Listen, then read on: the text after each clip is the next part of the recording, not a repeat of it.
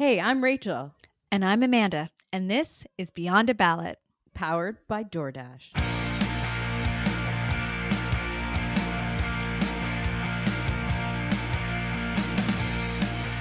Hello, and welcome to another episode of Beyond a Ballot. Amanda is back with us today. Hi. Hi, I was so sad to miss, but it was such a great interview between you and now, again, Premier Scott Moe. Re-premiered. Re-premiered. The dynasty continues. Yes, and also I spoke to Carla Beck, who That's right. is now the official leader of the opposition and did actually very well in Saskatchewan. So congratulations. I had a couple of friends that were elected to the legislature this week. You did? Which is pretty awesome. Any I women? did. Two women, two Woohoo! young women. We love it. We had Sally Hauser is the new MLA, a new MLA for the NDP in Saskatchewan. She was on the pod heard that last year, yeah. And the other one is Brittany Seger, who is NDP as well in Saskatchewan. Yeah, I've been on a lot of panels with Sally, and yes. Saskatchewan is lucky to have her. They are, and she has the dirtiest mouth for any politician. So I'm very excited to see where this goes. But she's going to just kick butt in the legislature. So we're very excited for them. But how was your trip? Welcome back. Oh, thanks. It was great. I went to Morocco, and yeah, it was incredible. It was a bucket list trip. We, went on the dunes of the Sahara, and actually rode a dune buggy through the dunes and took a snowboard through the dunes. And it was it was incredible. It was truly incredible. Amazing. It looked amazing. God. Okay. Well, that's on my bucket list. But it didn't keep me away from the news. No, of course not. Keeping, of course, very up to date, because there's as I'm sending you BC election updates in the middle of the desert. I was asking her for the updates because I couldn't believe that this was like the recount that never ended, and it was so the margin was so razor thin. It could have gone either way, and it was so exciting to watch. So, Rachel, my first question is to you. Okay. How are you feeling? Now that we have the results in on the BC election, how are you feeling about the results? What is your post-campaign hangover feels? I've never felt a campaign hangover like this one, to be honest, because of the number. And I just told you my brain feels like mush because in BC, we've had to calculate the possibility of 17 different election outcomes because even after, once they started doing the counting of the absentee ballots, things changed again. And so then it was like, well, is Surrey-Guildford even on the original list from election night? No, it's not, but it's all going to come down to that one riding. And, we looked at demographics and broke down numbers and waited for Elections BC, and a huge shout out to them because they did an incredible job of counting so thoroughly. It took, they started a few days after Election Day, and we got a result about 10 days after election night. But everything was done meticulously, and every campaign came out and said thank you to them, and that reassured everyone that everything was done perfectly. So it's been quite the heavy feat in BC. Yes.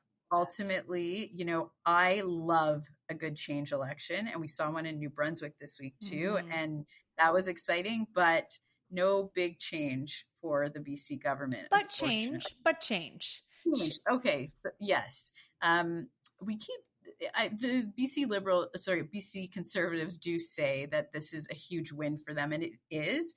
But it's, also a coalition party of similar to what was under the BC Liberals. So new party, new name, but new leader. It's going to be very interesting to see how their caucus plays out because a lot of them are very new to politics. But to their credit, they did elect many young people. There's a 32-year-old woman that was elected on the Conservative side.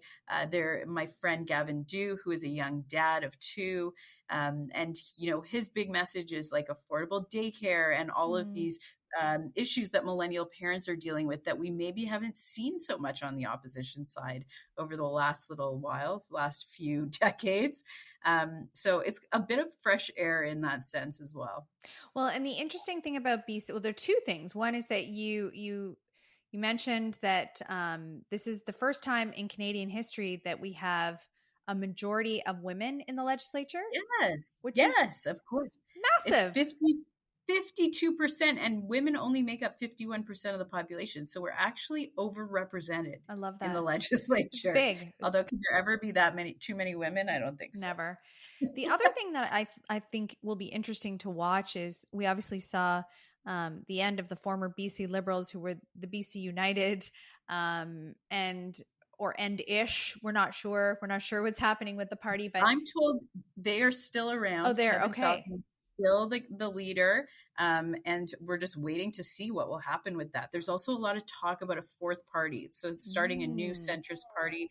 Corinne Kirkpatrick, who was an MLA under BC United, wasn't going to run again. When the party folded for the campaign, she ran as an independent. She came back and she ended up losing, but now there's a lot of speculation that maybe she's trying to start something more centrist. That's so exciting.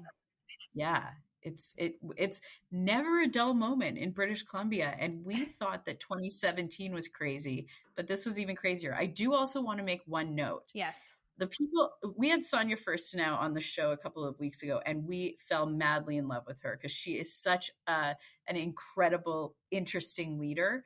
She lost her seat, unfortunately. Yes, I actually teared up on election night when that happened. But the Greens were in a position for the last 10 days where they thought they might hold the balance of power in the legislature. Yes.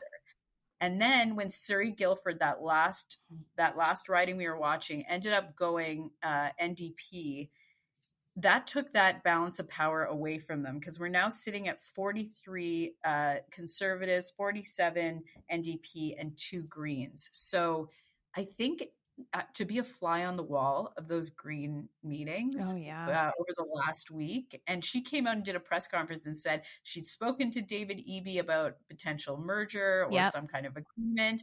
And now by one seat to not hold that power is just, I feel so badly for the Greens. I really do. It's been such a big week. So we mentioned BC, we mentioned Saskatchewan, 5-time dynasty in Saskatchewan. But Scott Moe's Conservatives, are they conservative? Wait, Scott Moe's Sask Party. Sorry, I always think I always want to call them Conservatives. Anyways, they did lose seats. So we saw some change happening in Saskatchewan. And then as we move further east, you mentioned it, we also had the New Brunswick election where the Liberal Party took a historic win there. So it's a colorful country right now. And then Nova Scotia was like, hey, what about us? We should have an election too. And there's a snap election in Nova Scotia that we're now watching, which is so, I'm exhausted. Exactly. This is just been a wild couple weeks. And in the middle of all that, we continue to have a lot of federal speculation about a federal election. Dun, dun, dun. Oh my God. Yes. And it feels almost like some of these provincial campaigns are coming out in order to avoid that federal election. Like Nova Scotia saying, let's go now instead of waiting to see what happens federally. Yes. We're starting to see, some speculation on Ontario. Yes. But every day seems to be getting crazier and crazier in Ottawa right now in this buildup. And we've seen a lot of uncertainty within the Liberal caucus this week. Last week, Prime Minister Trudeau was presented with a lot of opposition to his leadership by his own caucus. It was very public. It was very dramatic, it felt like.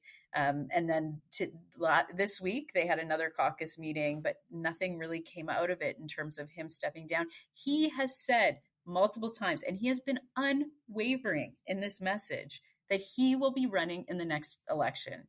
And so I think at this point, it's his to lose.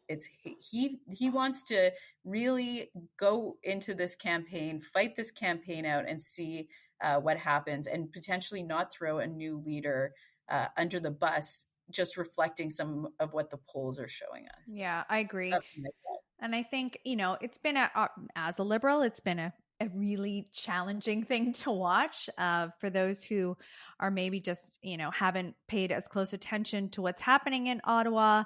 A number of backbenchers in the Liberal Party voiced their grievance with the Prime Minister. There was suggestions that there would be a letter. The letter turned out to be an anonymous letter. None of these Mhm. individuals have really yesterday, a couple of days ago, I was on CBC, and David Cochran, who hosts the show Power and Politics that both Rachel and I do, he was talking about the fact that he's reached out repeatedly asking for any of these anonymous MPs to come on the show to voice their concerns. So there's a lot of chatter, but somebody described it as like, at the end of the day, when they confronted the Prime Minister last week in caucus, it was more like, a cat's meow than it was a true tiger's bite. Oh. And truly doing more harm than good now. I mean, there was an anonymous letter, and then there was an open conversation. Now there's calls for a secret ballot. You can't make this stuff up, right? This is It's wild. At the same time, the Bloc Québécois is coming out, and they've given Justin Trudeau and the Liberals another deadline uh, Oh.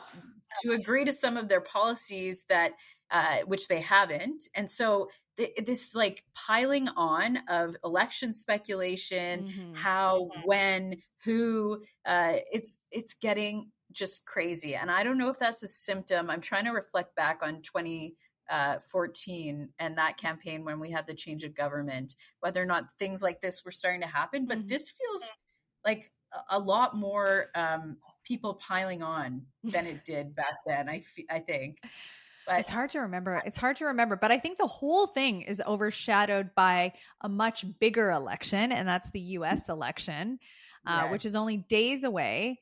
And yes, it's been really the focus, all of us watching this razor thin, polling numbers, wondering what will happen. A lot of people saying that it's absolutely way too close to predict in any way.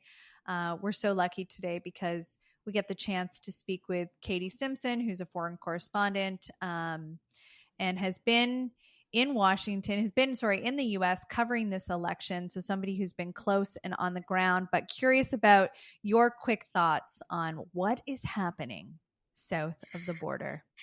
you know what? I'm having a hard time like digesting the US election because I think there's just so much at stake right now, especially even when we think about the Canada US relationship. But I'm an OG Kamala fan, as we all know. Mm-hmm. And so for me, I am so emotionally invested in the Mm-hmm. Kamala Harris campaign. And I have so many relatives that are Trumpers that are saying to me, like, how can you support that? I will support this specific woman forever. And so for me, I'm trying to just get to election day and see what happens and not really process as much as I should. Mm-hmm. But I think, this is so close that Mm-hmm. they just started the betting on it Yeah. because nobody could even make a call on where the better stakes are. I think if I was on a campaign right now, these are the most stressful of campaigns. And we Mm-hmm. kind of saw this in British Columbia as well, that it's like these campaigns where getting one person off the couch to vote can Yes. make a huge difference. And we Yes. saw it in the outcome of the BC election. I mean, Absolutely. I think it was like 20 something votes. So Oh if 20 God. more people had gone out to vote, it could have been a whole Sonia Firstenow could have been like holding the balance of power. It would have made a huge impact.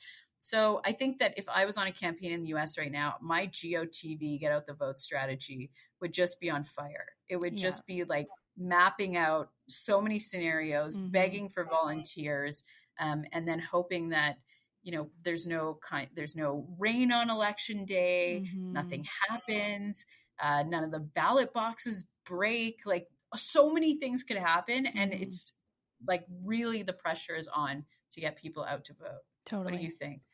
I agree. And I think, as the candidates make their final pitch in the final days, and we spend our time in those swing states, wondering, those battleground states that we'll all be watching on election night. And this campaign, of any campaign that I can recall, has been the most ugly, the most divided, the most beautiful in some ways. Like there have been moments that have been truly moving, the most inspirational, but the whole gamut of feelings have been on display. But what it really comes down to is a country that is so polarized. And you have to wonder, despite these pitches, like how many people are actually still sitting in the swing? Like how many people are still undecided at this juncture? Because it feels like America has made up its mind. It's just smack dab through the middle. But wow, what a campaign to watch. Imagine? No. Yeah. Where are you watching election night? I am going to be watching election night from the comfort of my own home because I know this is going to be a late night. I don't think that this is going to be a campaign where we're going to be jumping up and celebrating by 11 p.m. Right? Oh my God. Well, I guess it can't be because of the time difference, but I can't recall. The one time a year that Hillary in the West Coast. In the what? On the West Coast. Yes, for you, it's fine. One time every 4 years where it's great to be on the West Coast because it ends at like 10 o'clock That's our right. time. Where will you be watching from? Oh, I will be watching from the comfort of my home, and I will be having some people over for our traditional U.S. election night party. Love it.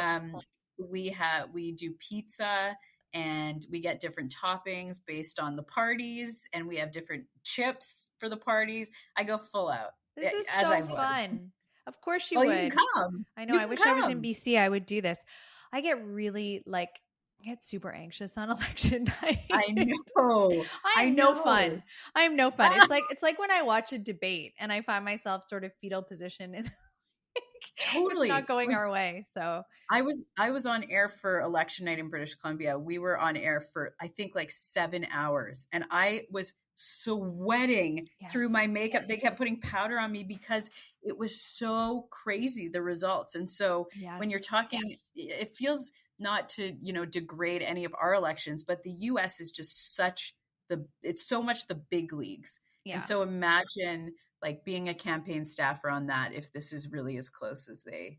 And it feels like so much is at stake. And I remember watching election night on Hillary's campaign and wanting that so badly and feeling that mass disappointment with so many women, so many men too, but so many women, so many young girls who watched that campaign, who wanted to see that historic first moment. So there's a lot at stake. Her being the first woman is not, the highest thing that's at stake. There's many other things that are at stake, but that is one that of course we'll be watching for and wondering about. And she's run an almost flawless campaign. She's run a phenomenal campaign. It's been so much fun to watch. I think that there's been a lot of learnings for Canadians and for Canadian campaigns to look at their use of social media, the way that they've disseminated their message, their links to celebrity and influence, and how they've, of course,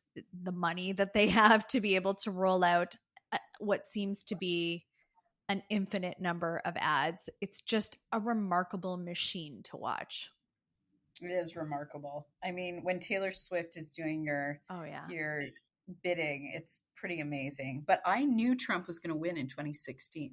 Oh, God. Did you know that? No. I called it. I was like one of the few women in the world that was not surprised when Hillary did not win. But were you sad? So, of course I was sad. I mean, like I said, I love a change of government. I love when big firsts happen. That's the nerdy Politico in me. But when Trump came in, I knew that was going to happen. I really felt it. This campaign, and I've had a few friends call me and be like, you called it in 2016. What's going to happen? Okay, so say it. What's your call? What's your call? I can't call it.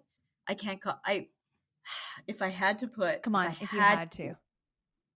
Rachel. I think it might be a Trump. Rachel. I know. Did you just say that out loud? But I also don't want to be disappointed. So maybe I'm just feeling that. Oh, I don't know. God. I don't know.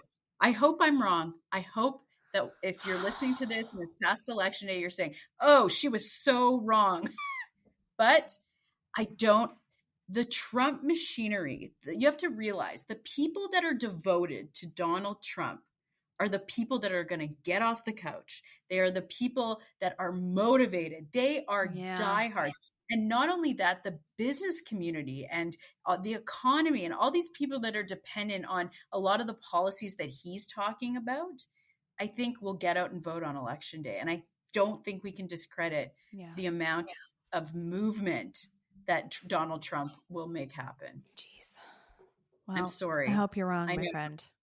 I know. I hope you're wrong. I was calling an NDP majority in BC too, and I thought I was going to be wrong, but here we are. Here we are. Here we are. Hopefully I'm wrong, but we want to wish anybody working on a campaign and listening to us very, very good luck in the next couple of days. And we are going to be right back to break it all down with CBC's foreign correspondent in Washington, D.C., Katie Simpson. Now a word from our title sponsor, DoorDash. Season 2 of Beyond a Ballot is officially powered by DoorDash. Just like we go beyond a ballot, DoorDash goes beyond delivery. DoorDash is committed to helping merchants reach new customers, providing Dashers with flexibility, and by helping everyday Canadians find more time for what matters most. Last week, we heard from Miriam, a Toronto Dasher who credits DoorDash with providing the flexibility and convenience to work around her other commitments. This week, we're exploring these impacts further to learn more about the role that DoorDash plays in the lives of Dashers across the country. DoorDash recently launched their first ever community impact report in Canada, and it's filled with key insights and statistics regarding the platform's positive effect on Canadians. For instance, did you know that 93% of Dashers say dashing provides more flexibility than any other job opportunities? Or that the top reason people choose to be Dashers is because they can set their own hours? Almost every Dasher, 96%, says that it's important for them to get to choose when to work, and that dashing helps people feel more financially secure because when the unexpected happens, like car repairs or a drop in hours at another job, Dashers can use DoorDash to earn extra income.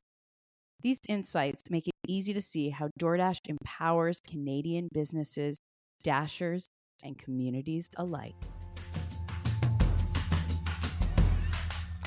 Our guest today is based in Washington, D.C., and has been CBC's foreign correspondent since 2019. She has reported on politics on both sides of the border, but is currently following the U.S. election and is here today to tell us all about it.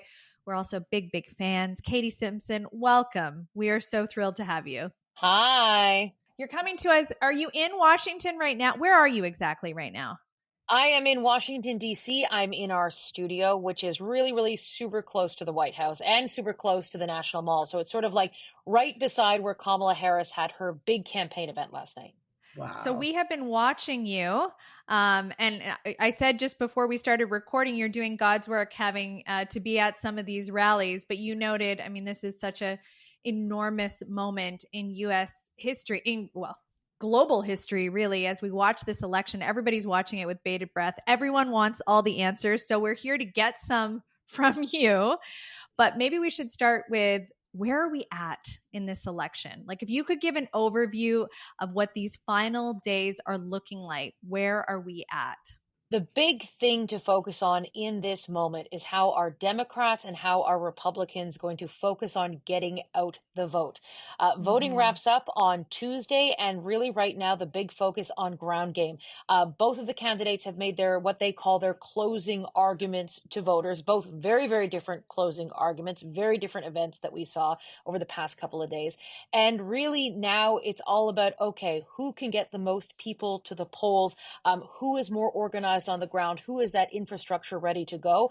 The Harris campaign has a lot more money than the Trump campaign. That could, in some ways, affect the getting out the vote efforts. However, anyone who tells you that they know what's going to happen or which way this is going to go.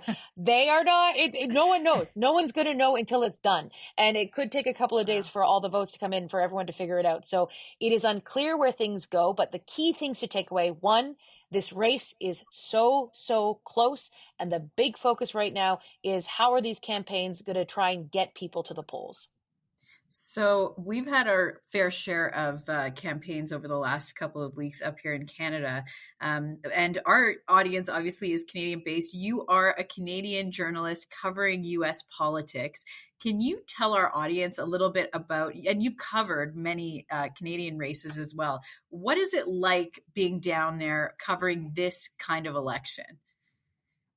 It's the really big difference. You see the sort of like the shift in the scale and the scope of things. Like you go to a Harris rally or you go to a Trump rally, the crowds generally are quite large. It's the biggest, it's the big show, right? Like this is the American audience. This is the big show.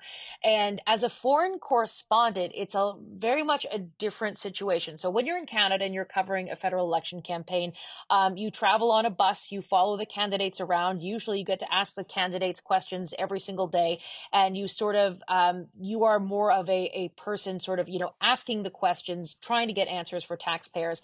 When you're down in when you're in a foreign country, when you're in the United States, we're sort of taking a step back and doing the big picture view. And so we spend a lot of our time in Canada talking to Canadians. So I don't want to like put that as something we don't do in Canada, but a big focus of our coverage is what are Americans thinking? How are they shaping their votes, and really trying to sort of have those conversations in light of what we saw in 2016, what we saw in 2022 with the midterm votes. Polls aren't necessarily, reflecting the reality in America. And the only way you sort of get a better sense of where American voters are at is getting out there and chatting with them and talking to them and see what motivates them. And so that's what I spend a lot of my time doing. And then, of course, you spend your time talking to smart political analysts to get a better insight of, what do you think about this? What do you think about that? But really, we tell the American story through the lens of the American voter. I love that. It's interesting because I feel like this election has captured the attention, the imagination of the world, maybe more than any other before, maybe just because we have such access and windows into their lives and we're constantly fed so much information through social media. But as Canadians are watching this, and I know Canadians are watching this, how would you describe what is at stake for Canada in this particular election?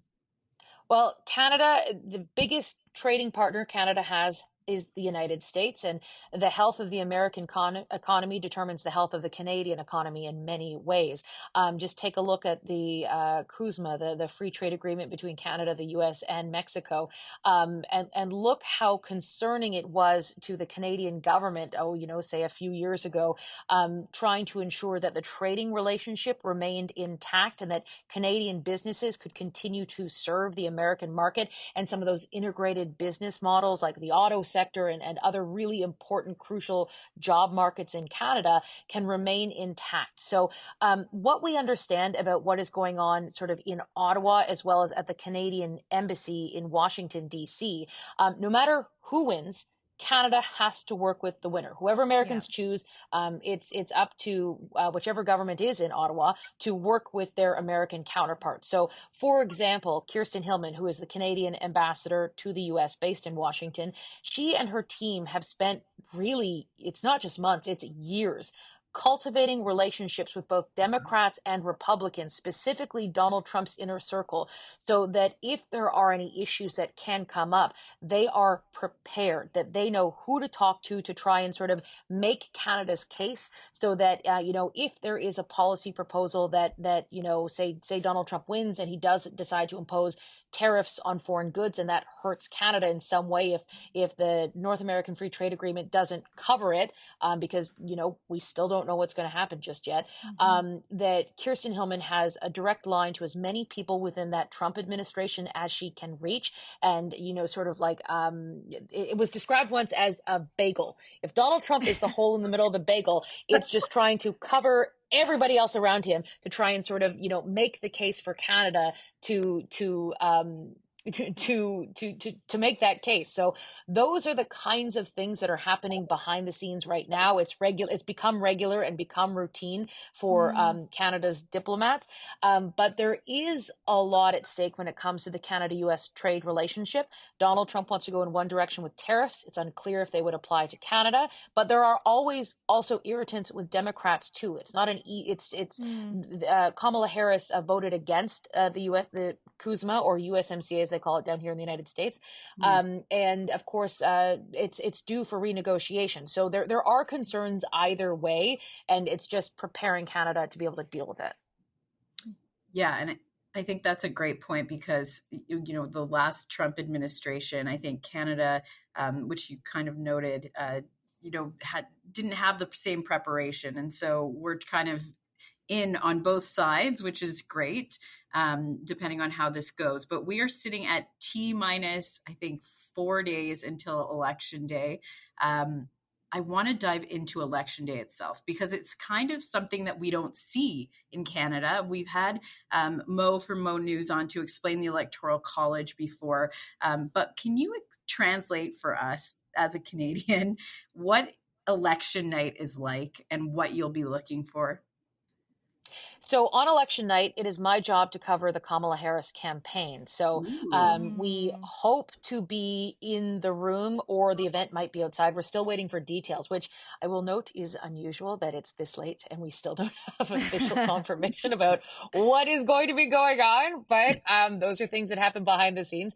So it's really a waiting game. As we saw in 2020, 2020 was an unusual vote because so many people did decide to exercise their choice via mail-in ballot because, remember, it was the pandemic. Right. And a lot of states have changed some of their voting rules in the hopes of getting results faster. So a couple of key states that everyone's going to want to be watching for to sort of indicate which way things are going to go. So, of the U.S. states, there are certain states that, it's pretty easy to predict which way they're going to go. Like California is going to vote Democrat. New York is going to vote Democrat. Take a look at states in the Midwest, and the vast majority of them are going to vote Republican. And so it's down to these 7 key swing states. And 3 of them, we should get good indicators from 3 of them on the first night, or maybe even closer towards midnight on actual election day. So the states to sort of watch to get an indication as to which way this is going, look to Georgia. Georgia was too close to call back in 2020. Joe Biden won it by just over 11,000 votes. And it took, I was in Georgia when they called it. It was the Saturday after the election. And it finally sort of led to, okay, this is Biden's carried it across the line. He won Philadelphia Pennsylvania in the morning. And then Georgia was called later. So look to Georgia. Some election counting laws have changed there. Some election laws have changed there as well, that are quite controversial. But so that is something that is one state that you can look to see if there are any sort of indicators, early indicators. The other state that could have some results early that is a swing state is North Carolina.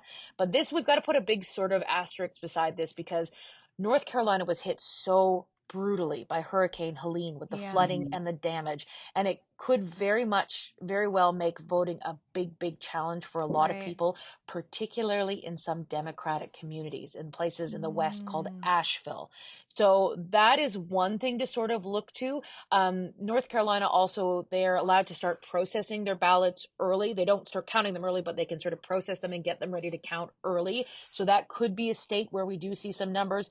And then Pennsylvania could be the state it all comes down to. Pennsylvania, there are laws in place. My wonderful colleague Alex Panetta just wrote a piece about it on cbcnews.ca. Highly recommend it, plugging my colleague's piece. But there is what's going to happen as the results come in. Pennsylvania by midnight has to post information about how many ballots are outstanding, and sort of where they are in the counting process. And so that is going to be something that's super interesting to see, that what that information, what that reveals as we get later into the night around midnight, come election day. So again, those are some of the states to keep an eye on. Whether this is a one night affair or a multiple day affair, we just have to wait and see. And you said earlier on, if anyone says that they can predict the outcome of this election, they're basically lying. So I have two questions. I'm not going to call them lying. I'm not going to call them liars, but I will those say, were like, my words. They don't. I did. No one knows. The thing is, this is so close. No one knows. No one knows. No one knows. Are you surprised, having covered it? Are you surprised how close it is? No. This country is so polarized. So we travel a lot for our jobs. And even though I'm based in Washington, D.C., Washington, D.C. is a city that it's like one of the most democratic communities that exist in the United States. And so when you get out and you leave, and it's not just the people who have the Trump signs on their lawns, it's talking with people. Inflation has really devastated the budgets of a lot of families. I know that in Canada, inflation has been devastating as well, but it is brutal and devastating in the United States as well. There's also a housing shortage in the United States. And there are really deep concerns. Both Democrats and Republicans have really deep concerns about what's going on with the immigration system in the United States. And there is a crisis on the southern border. The thing is, both Democrats and Republicans, they both talk about it in very different ways. They both approach finding solutions in very different ways. But the one thing that everyone agrees on is that there is a problem there. So, when you get outside of Washington, D.C., when you go to places where states that you would describe as purple, I spent a lot of time in Georgia. I've actually spent a lot of time in Florida for a number of stories that we've been working on. And you talk with people and, Trump remains popular. People might not like what he says or how he says things, but there's a lot of frustration with the way the economy is right now. And people want some kind of change because they see, they're not getting ahead. They're barely getting a by, and they're not seeing hope to make life better for them or their kids. And what is my second question around that was, of the 7 states, the swing states that you've been talking about, the states that everybody's going to be watching on election night, what do the polls suggest are happening in those states right now? Like, are there any early indicators around where those states will go? It's our understanding that it's a margin of error race. It is basically considered a dead heat. And that is why things are just so unpredictable in this moment. It's a close race. It's going to come down to the ground game, which is such a silly thing to say. Like, all elections are down to how many people you can get out to the polls. But really, it's like, whose team has the infrastructure in place? Okay, who's got volunteers that can drive people to the polls? Who's making sure that, people are being reminded to go out and vote? Those are the kinds of things. Make sure that no one skips it, or that kind of thing. So those are really the efforts that make huge differences, and that's really what the big emphasis is going to be on in the few days ahead. So in British Columbia here, we had our election the other day, and we just became the first legislature to have more women than men. So a historic first for Canada. What would the historic win of Kamala Harris in the United States as the first president, female president, mean to the U.S.? And how does it feel on the ground? Is there a lot of buzz around the fact that there could be a female president next week? Well, it's really interesting. It's something the Harris campaign does not lean into. The Hillary Clinton campaign in 2016 really sort of leaned into that. And it's my understanding that the expectation was on election night, that she was going to win. And there was some sort of setup to like have like a glass ceiling shattering. But of course, that didn't happen. I wasn't reporting I was actually in Ottawa that night covering all of the Canadian cabinet ministers who had gone to an election watch party expecting to celebrate Hillary Clinton. And then when the results started coming in, they all, like, I remember Catherine McKenna, who was the environment minister at the time, I believe, she brought her daughter to witness history, and then history did not happen. And it was a moment like that. And Bill Morneau was there. It was at the Chateau Laurier, and it was organized by Bruce Heyman, who was then the U.S. ambassador to Canada. And I'll never forget, Bill Morneau was there, and the New York Times website was going like 80% in favor of Trump, and Bill Morneau was there, and stock futures stopped dropping. It started dropping. And so we just grabbed our microphones. We're like, Minister Morneau, what does this mean for the economy? And he was eating a snack and just like pieced out. And we were like following him around because I'm kind of loud. And so it was like, Minister Morneau, Minister Morneau. And he was like eating a snack and got out of there. And it was like, because it was shocking, right? Remember at that time, it was so shocking. It was shocking to people in America, but it was shocking to people in Canada. The first woman, and remember, she'll be the first woman and the first woman of color to if she wins. Like, I don't know if she's going to win. I legitimately do not. No one knows. But if that is the case, it would certainly be, you know, this major moment in U.S. history. But you know what? What's really fun? Not funny, but like I've been rewatching Veep. Have you? And like there's in like you just season can't like, get enough. I have a problem. But like in season 2 or 3, I watched it originally when it came out, and I've watched episodes here and there, but in season 2 and 3, when Selena Meyer, the fictional vice president, is considering her run for president, the issue of reproductive rights comes up, and she talks about how she does not want to lean into she doesn't want to lean into the fact that she's a woman candidate, and it's just like that might like offend voters. I'm not saying the Harris campaign is doing that. I'm not at all. They're not leaning into it. They're really not leaning into the historic first like that. But when I watched that, it sort of like struck me as is this the moment we're living in right now? It was just one of those the Veep it's around season 2, season 3, but the Harris campaign, they're not leaning into it, but it would certainly mean it would certainly be a historic moment in the United States, and particularly where it really might be, you know, a moving, emotional place where there is reaction is Howard University. That is Kamala Harris's alma mater. That is where there are reports out of the United States. That is where she's going to hold her election night event. But it's still not confirmed yet. There are reports from like NBC that's where it's going to be. And I actually just live like right at Howard University. So like I'm going to, on my way home tonight, I'm going to go scope out what's going on there and see what's going on.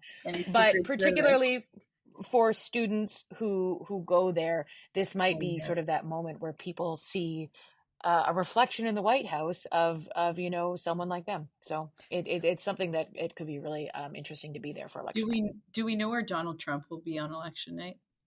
Yeah, he's going to be at Mar-a-Lago, so he'll be down in Florida. Yeah. Well, I agree. She hasn't leaned into the way that Hillary did. She has leaned into the policies around reproductive rights. And certainly her social media feed has been fueled and filled with that type of content. Interestingly, when you talked about some of the policies that you're hearing on the ground, a lot around the economy and immigration, are women concerned about these issues, about reproductive rights, about Roe v. Wade, about where things are headed? Are you hearing that on the ground as well? I know many of our listeners would be curious to know that. Yes. So that is a really big motivating issue for Democrats. But we just got back from Florida. We went to Florida to go do a story there because Florida has some of the harshest abortion restrictions in the United States.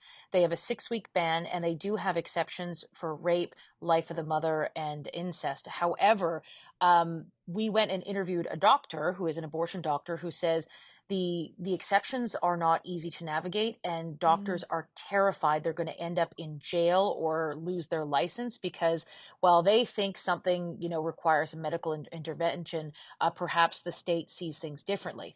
On the ballot in Florida, there are 10 different states that have reproductive rights on the ballot. It's at the state issue because when Roe v. Wade was overturned, it meant that abortion rights would be determined at the state level. So there's no federal protections. It just goes down to, depends on where you live. And so in Florida, voters are being asked whether they want to enshrine reproductive rights as access to abortion as a constitutional right under the state's constitution. And so it is this massive mobilization effort by pro-choice advocates.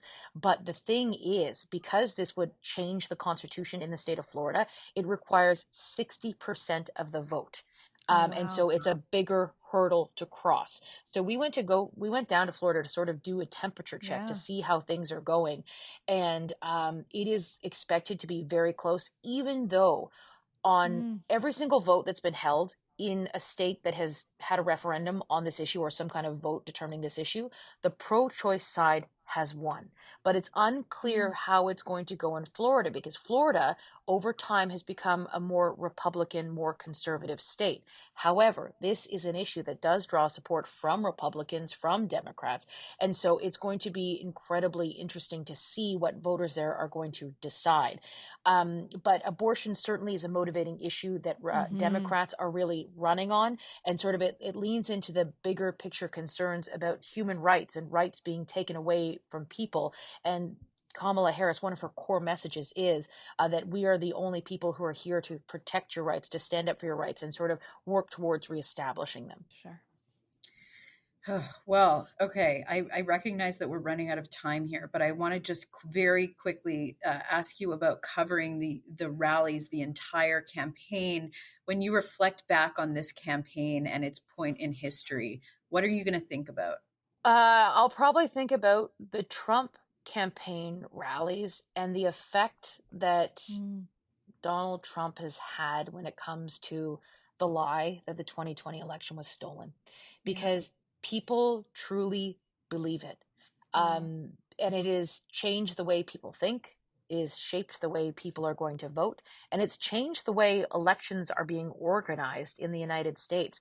People truly, truly believe this. And, there are a number of different states have these new voter integrity initiatives, which sounds like a great thing in some cases, but a lot of it is related to, people truly believe the 2020 election was stolen, and they want to make sure it's not going to be stolen in 2024 again from their perspective. Remember, the 2020 election was not stolen from Donald Trump. It was a free and fair election. There is no evidence of widespread voter fraud. Donald Trump still continues to say the election was rigged. It was stolen from him. And we are starting to hear from him, even though initially said he hadn't heard anything, kind of nefarious going on with the vote. There are some concerns about some advance ballots, some mail-in ballots in Pennsylvania, and Donald Trump seems to be sort of seizing on that. So that is something that is coming up again. So I will constantly think about people who, believe that and what the impact is going to be this go round. Oh, okay. Katie, well, I feel like we have 10 million more questions to ask you. Well, I'll come on another time. It's all good. Please do. We would love that. We can't imagine the next few days are going to be, it's going to require crazy. Herculean effort for you. But we'll all be watching from here as big fans. We really truly can't thank you enough for giving us some of your time during some of your busiest time. And we really My pleasure. appreciate the offer Anytime. to come back. Amazing. Anytime. Thanks. Thank you for listening. New episodes air every Friday. Subscribe on YouTube and wherever you get your podcasts. Follow us on Instagram and find us at beyondaballot.com.